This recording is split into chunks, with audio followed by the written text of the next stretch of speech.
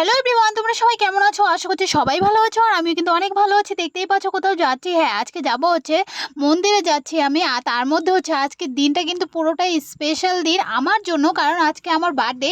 সে কারণে কিন্তু আমার সারাটা দিন আমি কি করেছি সেটাই একটু তোমাদের সাথে শেয়ার করছি। তো দেখো, প্রথমেই কিন্তু ঘুম থেকে উঠে একদম স্নান টান করে ফ্রেশ হয়ে আমি কিন্তু চলে এসেছি মন্দিরে।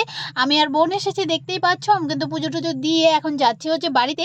তারপরে কি করব না করব সবটাই কিন্তু দেখাবো এই পার্ট ওয়ানে। সবটাই আমি তোমাদেরকে দেখিয়ে দেবো সারাটা দিন আমি কি করেছি। তারপর দেখো, খাওয়া দাওয়া করে একদম কিন্তু এখন যাচ্ছে হচ্ছে অফিসে। আর প্রচুর বৃষ্টি পড়ছিল, বৃষ্টির মধ্যেই কিন্তু আমি অফিসে এসে পড়লাম। এখানে দেখো হর্ষ কি করছে। আরে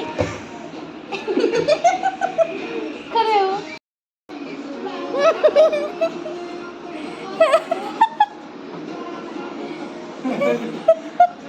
ডান্স করো।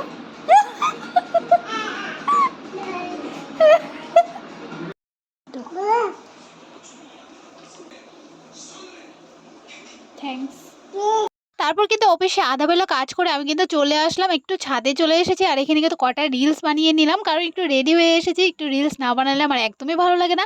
সে কারণে কটা রিলস বানিয়ে আমি কিন্তু চলে গেলাম। আমি আগে থেকেই বলা ছিল যে আমি হাফ টাইম আজকে কাজ করব। তারপর দেখো, আমি আর বান্ধবী যাচ্ছি হচ্ছে রেস্টুরেন্টে যাবো আর খাওয়া দাওয়া করবো। এটাই কিন্তু আমার প্ল্যানিং ছিল। তার মধ্যে হচ্ছে একটু সারপ্রাইজ পেয়ে গেলাম, তো অনেকটাই আমি খুশি। তো দেখো, আমি কিন্তু ওয়েট করছিলাম, বলছিল কেউ আসবে আসবে, মানে আমার ফ্রেন্ডের কেউ আসবে, বান্ধবী এরকমটা বলছিল। তারপরে তো আমি অবাক, পুরোটাই অবাক। এদিকে আমার বোন এসেছে, এদিকে আমার হবু বর এসেছে আমাকে সারপ্রাইজ দেবে সে কারণে।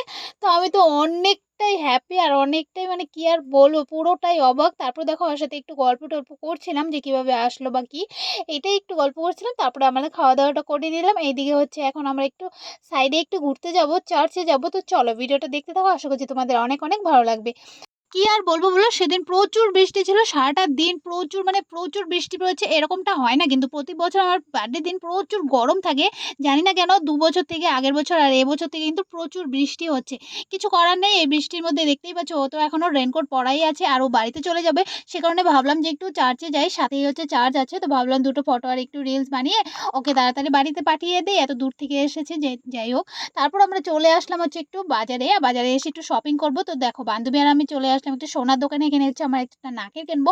অনেকটা দিন থেকে ভাবছিলাম নাকে কিনতে যাবো, তো হয়েই উঠছিল না, তো আজকে চলে আসলাম।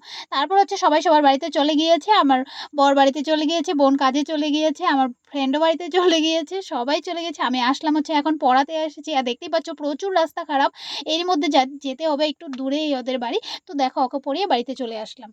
তো চকলেটগুলো আমার গিফট, সব কিছুটাই তোমরা নেক্সট পার্টে দেখতে পাবে। তো চলো টাটা বাই বাই, নেক্সট ভিডিওতে তোমাদের সাথে আবার দেখা হচ্ছে।